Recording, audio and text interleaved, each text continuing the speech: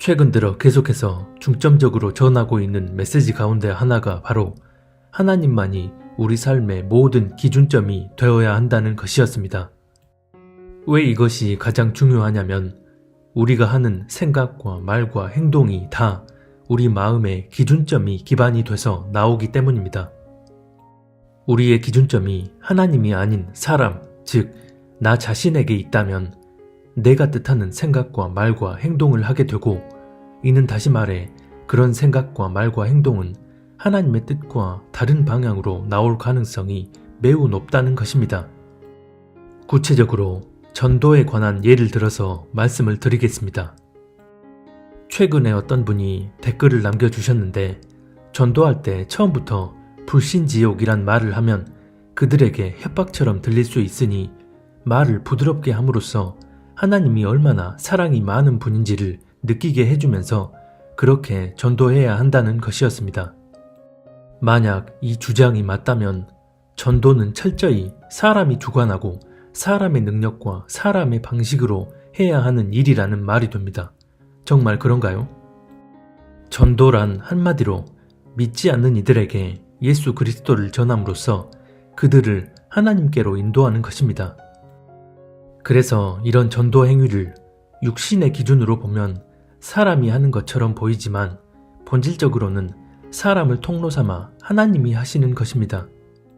즉, 사람을 통로 삼아 하나님께서 당신의 메시지를 믿지 않는 이들에게 전하는 것이고, 그렇게 당신께로 그들을 인도하는 것입니다.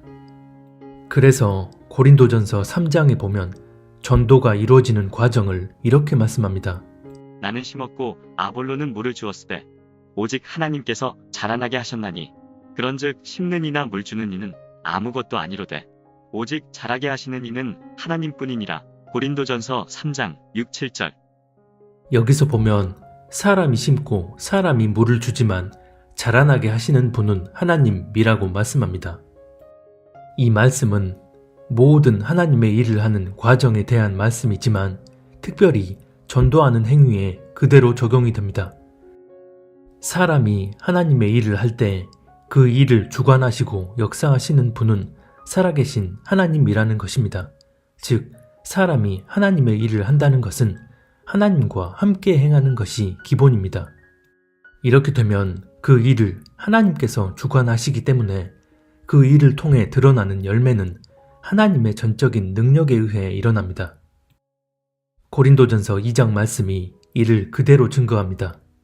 내 말과 내 전도함이 설득력 있는 지혜의 말로 하지 아니하고 다만 성령의 나타나심과 능력으로 하여 너희 믿음이 사람의 지혜에 있지 아니하고 다만 하나님의 능력에 있게 하려 하였노라. 고린도전서 2장 4, 5절. 이 말씀을 보면 믿지 않는 사람을 전도할 때 어떻게 하면 논리적으로 잘 설득시켜서 그리스도인이 되게 할까를 고심하며 사람의 능력과 방식으로 행하는 게 아니라 하나님과 함께 행한다면 성령께서 역사하시어 성령의 능력으로 역사가 일어난다는 것입니다. 그렇지 않고 하나님과 상관없이 사람이 전적으로 그 일을 주관해서 사람의 방식대로만 행한다면 우리가 어떻게든 설득될 수 있도록 그 사람의 성격과 성향 등을 살피고 맞춤형으로 전해야 하는 게 맞습니다. 하지만 사람이 전도의 일을 할 때 성령의 은혜와 능력으로 행한다면 성령께서 인도하시는 대로 그 사람에게 복음이 전해지는 것입니다. 이렇게 두면 사람의 어떠함을 이래저래 살펴가며 내 능력과 내가 생각하는 방식으로 전도하려는 게 아니라 성령께서 인도하시는 대로 나아감으로써 성령께서 자라나게 하시는 것입니다. 사실 이것이 성경이 말씀하는 전도의 본질적 행동 양식입니다. 그런데 전도하는 사람의 마음의 기준점이 하나님이 아니라면 그렇게 행하는 일이 가능할까요? 하나님이 기준점이 아니라는 것은 스스로가 옳고 그름에 대한 종교적 기준을 세팅해 놓고 그에 맞게 말하고 행동한다는 의미입니다. 이런 상황에선 이렇게 하는 게 옳아 라는 식의 자기 종교적 의의 기준을 만들어 놓고 있다는 것입니다. 오늘날 보면 전도뿐만 아니라 하나님의 일을 한다는 모든 과정에 있어서 성령님의 지혜와 그 인도함대로 나아가야 한다는 가장 중요한 태도적 가치는 아예 처음부터 배제시켜 놓은 채 사람의 기준에 따라 사람의 방법대로만 행하면서도 그걸 당연하게 여기는 인식이 뿌리 박혀 있는 현실입니다. 예배 드릴 때나 기도할 때는 하나님 뜻대로 살아야 한다 강조하며 그 뜻대로 나아가겠다 고백하고 또 성령의 인도함을 말하며 그렇게 인도해 달라고 기도까지 하지만 실제 삶 가운데 일어나는 일들 속에서는 그렇게 나아가고자 하는 마음 자체가 전혀 없음을 의미하는 것입니다. 자기가 옳다 여기는 의의 기준이 마음 안에 깊게 뿌리 내려진 상태, 즉 자기 자신이 기준점이 된 상태에서는 성령이 주시는 은혜와 능력의 섭리는 그런 사람이나 공동체에게는 온전하게 임할 수가 없습니다. 그래서 예수천국 불신지옥이란 말 자체가 진리냐 아니냐를 떠나서 자기 종교적 의의 기준에 의해 이런 문구로 전도하는 행위는 옳지 않다고 주장하는 것은 이미 그 자체로 하나님이 역사하시는 섭리의 방식을 자기 스스로 제한해 버리는 것과 같습니다. 반대로 무슨 소리냐 이 말 자체가 진리이니 무조건 이 문구로만 전도해야 한다 라고 주장하는 것도 마찬가지입니다. 이렇게 전도하는 게 옳다 그르다를 논하는 것 자체가 그 기준점이 자신에게 있다는 걸 의미합니다. 이 부분이 이해가 안 되신다면 제가 말하고자 하는 메시지를 전혀 이해하지 못할 수 있습니다. 그래도 성령 안에서 조명받고 깨닫게 될 이들을 위해 계속 말씀드립니다. 전자의 경우처럼 예수천국 불신지옥으로 전도해선 안 된다고 하는 건 다시 말해 그렇게 전도하면 하나님이 역사하지 않는다는 의미입니다. 하나님께서 사람과 함께 당신의 일을 행하신다는 것은 그 전도의 메시지를 보고 듣는 사람이 어떤 사람인지를 다 알고 계신다는 의미입니다. 간단한 예로 불신지옥이란 말을 하며 누군가에게 복음을 전했는데 그 얘기를 들은 A라는 사람은 오히려 강한 거부감을 갖고 그렇게 전도하는 사람을 되려 조롱하고 비난합니다. 그렇게 시간이 흘러 A에게 너무나 고통스럽고 견디기 힘든 일이 생겨 그만 스스로 목숨을 끊고자 합니다. 그래서 건물 옥상에 올라가 스스로 몸을 던지려는 순간 오래전에 자신에게 누군가가 불신지옥을 전했던 기억이 떠올라 만약 내가 지금 이렇게 죽어서 영원히 고통받는 지옥에 가면 어떡하지? 라는 두려운 마음이 듭니다.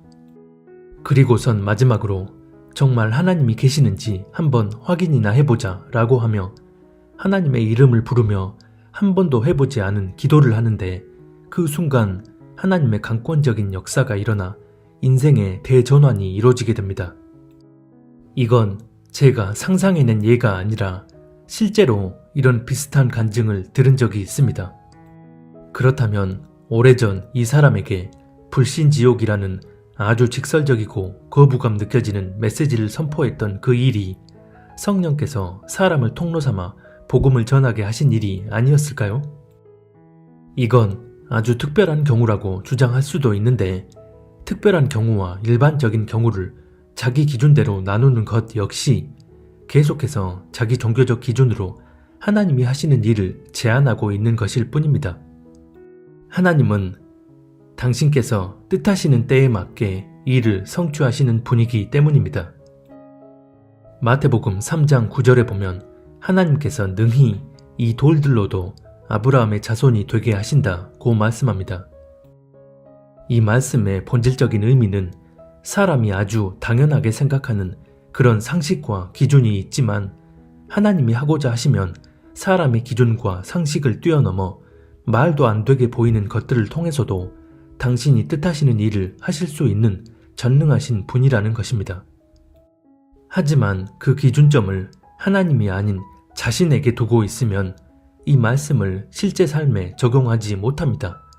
사람의 기준에선 직설적이고 투박하고 거칠고 상식적으로 말도 안 되는 일이기 때문입니다. 사람이 마음의 기준점을 살아계신 하나님께 두고 있지 않으면 반드시 자기 안에 형성된 그 종교적 프레임에 의해서만 생각하고 말하고 행동하기 때문에 하나님께서 그 사람을 통해 역사하시는 섭리의 폭은 그만큼 좁아질 수밖에 없습니다. 하나님은 사람의 마음을 강제로 열거나 바꾸지 않으시고 열어놓은 만큼 그에게 역사하십니다. 그래서 전도하는 일에 있어서 하나님을 기준점으로 두고 있다면 이렇게 해야 한다, 이렇게 해선 안 된다를 스스로 정해놓고 있지 않습니다. 물론 하나님께서 전도할 때 이러이러한 방식으로 전하라는 분명한 말씀이나 조명을 해주셨다면 그렇게 행하면 됩니다.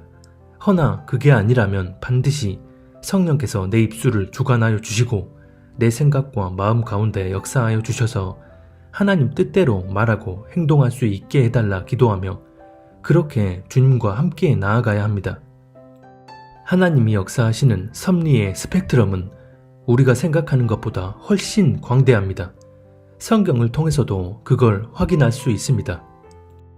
로마서 14장 2절에 보면 믿음이 연약한 자에 대해 이렇게 말씀합니다. 어떤 사람은 모든 것을 먹을 만한 믿음이 있고 믿음이 연약한 자는 채소만 먹느니라. 로마서 14장 2절.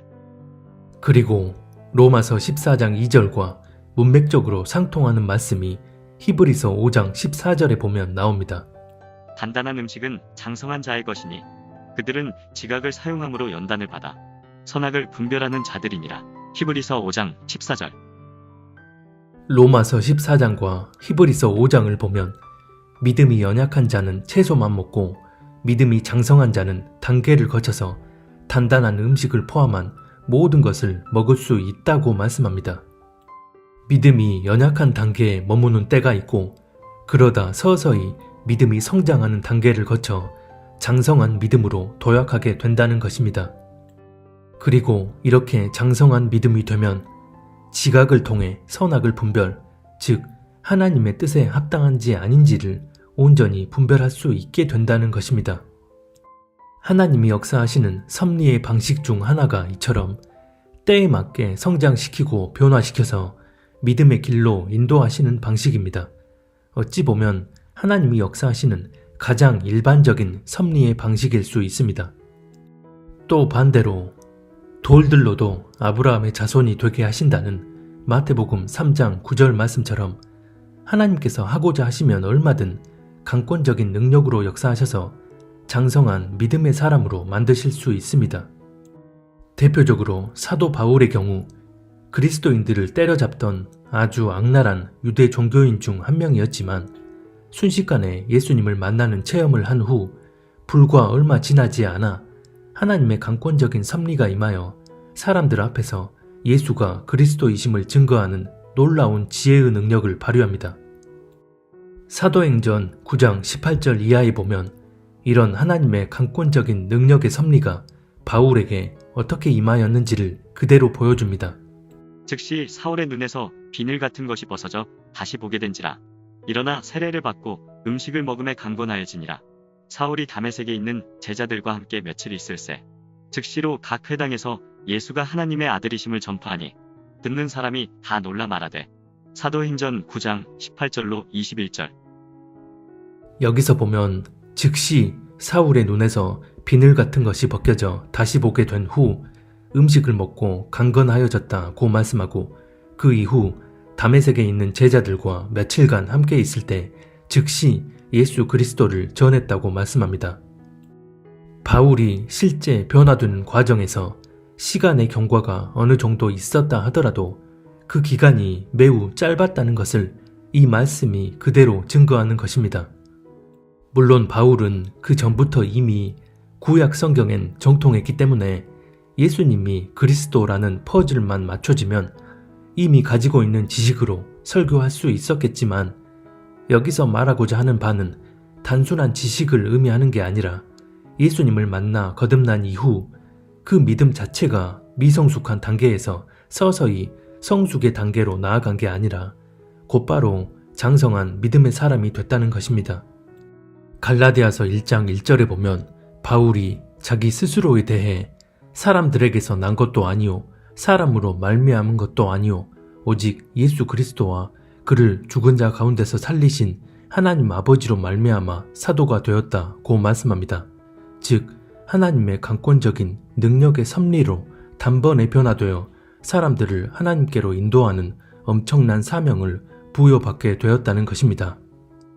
그래서 하나님은 그 믿음이 서서히 성장하면서 온전한 믿음의 사람이 되도록 인도하기도 하시지만 하나님이 하고자 하시면 얼마든 강권적인 능력의 섭리로 당신이 뜻하시는 대로 역사하셔서 단번에 하나님의 일을 감당하는 믿음의 사람으로 만드실 수 있다는 것입니다. 특별히 마지막 때가 깊어지면 깊어질수록 때를 따라 역사하시는 섭리는 더 강권적인 능력으로 역사하시는 것을 봅니다. 그래서 우리가 하나님을 기준점으로 두지 않고 인간의 기준과 방식만을 생각하면서 하나님은 무조건 이렇게 역사하신다 라는 자기 종교적 기준을 고집한다는 것은 이미 그 자체로 하나님과 상관없는 자기 독단적인 종교 행위를 하고 있는 것과 같습니다. 그래도 불신지옥을 말하면서 전도하는 건 역효과만 나고 옳지 않다 생각하신다면 그냥 본인이 옳다고 여기는 대로 그렇게 하시면 됩니다. 예수천국 불신지옥이란 말을 쓰는 것 자체가 옳으냐 그르냐를 말하고자 하는 게 아님에도 본인의 기준점을 돌아볼 생각 자체가 아예 없다면 그런 분들에겐 무슨 말을 하더라도 아무런 의미가 없을 것이기 때문입니다. 지금까지 전도에 관한 경우만 예로 들어서 말씀드렸지만 삶 가운데 일어나는 모든 문제와 상황 가운데 내가 무엇을 또는 누구를 기준점으로 삼느냐에 따라 그 생각과 말과 행동이 전혀 다르게 나타납니다. 혹여나 이 영상을 보시면서 본인은 예수천국 불신지옥 전도하는 게 왜 나쁘냐, 하나님 뜻대로 전도하는 게 옳지 라고 생각하니까 이 내용이 나에겐 해당 사항 없다 라고 단정하지 마시고 전도하는 문제뿐만 아니라 모든 상황과 문제 앞에서 과연 내가 하나님이 기준점이 되는 삶을 살고 있는지 객관적으로 자신의 내면을 돌아보시기 바랍니다. 사실 이보다 더 본질적인 문제에 있어서 하나님이 아닌 자기 자신이 기준점이 되어 자기 생각과 지식 또는 감정에 의해 판단하고 그에 따른 말과 행동으로 이어지는 경우가 많습니다. 그래서 이 마음의 기준점이 살아계신 하나님이 아니라면 내 자신이 기준점이 되기 때문에 나의 어떠함, 다시 말해 내 생각, 내 감정, 내 느낌, 내 경험, 내 지식에 의해 모든 것을 판단하고 분별함으로써 그에 따른 말과 행동으로 이어지게 됩니다. 즉, 내가 기준점이 된다는 것은 내 생각, 감정, 느낌, 경험, 지식이 기반이 된 종교적 기준이 세팅되고 결국 내 삶의 전반에 있어서 그렇게 내 마음에 자리한 종교적 기준대로 말하고 행동하는 것입니다. 그런데 문제는 자신의 영적인 상태가 이러함에도 얼마든 하나님, 예수님, 성령님을 부르며 예배하고 찬양하며 눈물까지 흘릴 수 있고 날마다 말씀 묵상하고 몇 시간 동안 방언 기도도 할 수 있습니다. 자신의 영적인 상태가 이러함에도 경건해 보이는 외적인 종교 행위들과 감정과 느낌에 의한 체험들이 내면의 상태를 철저히 가려버리기에 스스로를 돌아보지 못하는 것입니다. 이것이 어쩌면 오늘날 하나님을 믿는다는 그리스도인에게 있어서 가장 비극적인 경우가 아닐까 싶습니다. 앞서 본 히브리서 5장 14절 말씀처럼 장성한 믿음을 가진 사람이란 이런저런 종교 행위에 열을 올리고 육과 혼을 자극하는 체험을 많이 하는 사람이 아니라 지각, 즉 깨닫는 능력을 통해 하나님 뜻에 합당한지 아닌지를 분별하여 그 뜻대로 나아가는 사람을 의미합니다. 그런데 찬양할 때 감정이 차올라 눈물을 흘리며 열정적으로 부르지만 또 기도할 때 방언을 하면서 몸이 뜨거워지는 느낌이 들고 뭔가 신비한 체험을 하기도 하지만 실제 삶 속에서는 하나님이 역사하시는 섭리에 대해 분별하려 하지 않고 악을 선하다 하는 세상 흐름에 휩쓸리기도 하며 근시안적인 사고 안에 갇혀 있다면 장성한 믿음의 사람이라고 할 수 없습니다. 내가 하루에 성경을 얼마나 묵상하든 하루에 기도를 몇 시간을 하든 자기 자신을 겸비하게 돌아보며 하나님의 뜻을 헤아리고 그 뜻대로 나아가려는 마음이 없다면 장성한 믿음의 사람이라고 할 수 없습니다. 그래서 우리의 기준점이 온전히 하나님께 있지 않으면 어떤 식으로든 미혹으로 나아갈 수밖에 없는 것입니다. 우리 주님께서 다시 오실 때는 반드시 우리가 행한 대로 보응하신다고 말씀하셨습니다. 여기서 행한 대로라는 말은 육적인 행위 자체만을 의미하는 게 아니라 어떤 마음에서 비롯된 행위냐를 의미합니다. 그래서 에스겔 11장 21절에 보면 미운 것과 가증한 것을 마음으로 따르는 것을 그들의 행위로 규정하시고 그 행위대로 갚으신다고 말씀합니다. 이처럼 하나님이 보시는 행위는 단순히 육적인 행위 자체를 의미하는 게 아니라 어떤 마음에서 기반된 행위냐를 의미합니다. 다시 말해 우리의 생각과 말과 행동이 나오게 만드는 마음의 기준점이 어떠하냐를 의미합니다. 그 마음의 기준점이 바로 우리의 중심이기 때문입니다.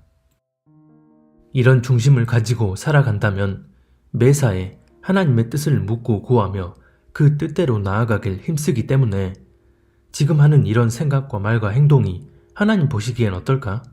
지금의 이런 상황에서 어떻게 판단하고 행동하는 게 옳을까? 라고 하며 하나님을 의식하게 됩니다.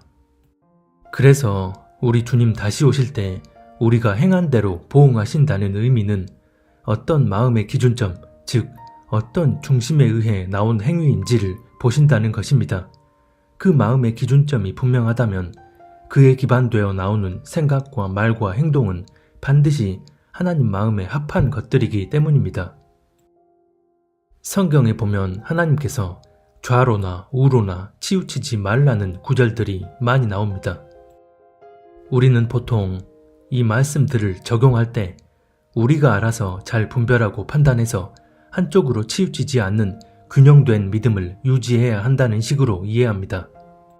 그런데 이 말씀들의 본질적인 의미는 단순히 우리가 알아서 판단과 분별을 잘해야 한다는 것이 아니라 모든 것의 중심이 되시는 살아계신 하나님이 우리 마음의 기준점, 즉 중심이 되시어 어떤 상황과 문제들 속에서도 하나님의 마음과 뜻을 헤아리고 분별하여 그 뜻대로 나아가야 한다는 것입니다.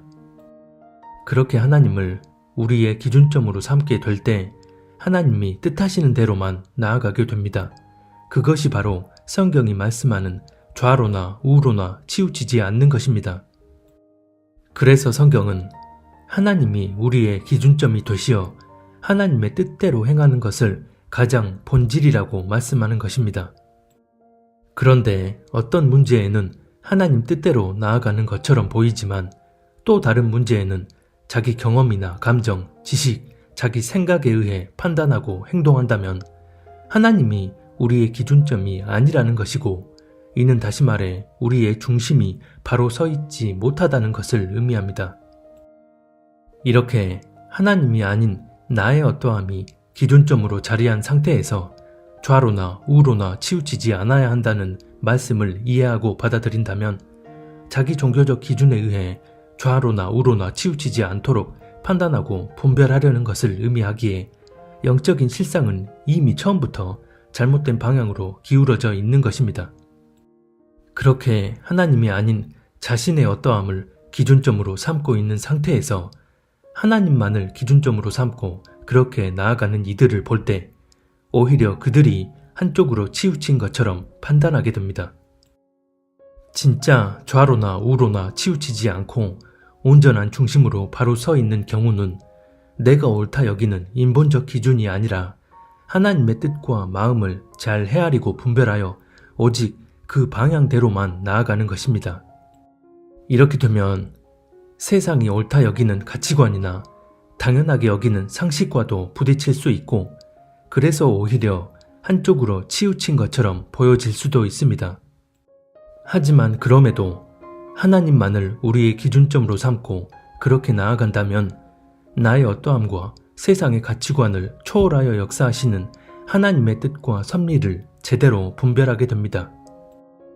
역대하 16장 9절에 보면 여호와께서는 전심으로 자기에게 향하는 자들을 위해 능력을 베푸신다고 말씀합니다. 하나님만을 기준점으로 삼는 이들에게 지혜와 분별의 능력을 허락해 주셔서 당신의 뜻하신 섭리대로 나아가도록 친히 인도해 주신다는 것입니다. 이들이 바로 지각을 통해 하나님 뜻에 합당한지 아닌지를 분별하여 그 뜻대로 나아가는 장성한 믿음의 사람들이기 때문입니다. 그런데 믿는다고 하면서도 하나님의 마음과 뜻을 헤아리려 하지 않고 아무렇지 않게 내 생각, 느낌, 감정, 경험, 지식 등 나의 어떠함이 기준점이 되어 그렇게 말하고 행동합니다. 만약 이렇게 살고 있다면 온전한 중심으로 바로 서 있는 게 아니라 한쪽으로 치우친 삶을 살고 있는 것입니다. 다만 본인이 의식하지 못하는 것일 뿐. 하나님을 믿는다고 하지만 나를 움직이는 기준점이 실상은 나의 어떠함에 있는 게 아닌지를 심각하게 돌아보셔야 합니다. 지난번 영상에서 마지막 때 사탄이 어떻게 광명한 모양을 가장하여 고차원적인 미혹을 일으키는지를 자세히 말씀드린 바 있습니다. 그런데 영상 내용을 부정하면서 분별하려 하지 않는 이들 대부분이 눈에 보이는 현실에 의해 판단과 분별의 기준점을 자기 자신에게 두고 있는 것을 봅니다. 그런 분들을 볼 때마다 안타깝지만 그들을 말로 설득시키는 게 제 할 일은 아니기에 그냥 주시는 대로 또 이렇게 메시지를 전할 뿐입니다. 모든 메시지가 다 그렇지만 이 메시지 역시 제가 의도적으로 이렇게 전하려고 해서 전하는 게 아니라 이 댓글을 보자마자 관련 성경 구절과 내용들이 머릿속에 떠오르고 정리가 되어서 하나님께서 강권적으로 인도해 주시는 대로 전할 뿐입니다. 어차피 사람의 설득력 있는 말이나 글로 되는 게 아니라 성령의 능력과 지혜로 된다는 고린도전서 2장 말씀처럼 성령의 인도하심 따라 나아가는 것이 유일한 길입니다. 수백, 수천 번을 얘기해도 알아듣지 못할 사람이 더 많겠지만 부디 한 사람이라도 더 무엇이 우리에게 가장 본질이고 기준점이 되어야 하는지를 깨닫고 분별하여 합당한 주님의 신부들이 될 수 있기를 바랍니다.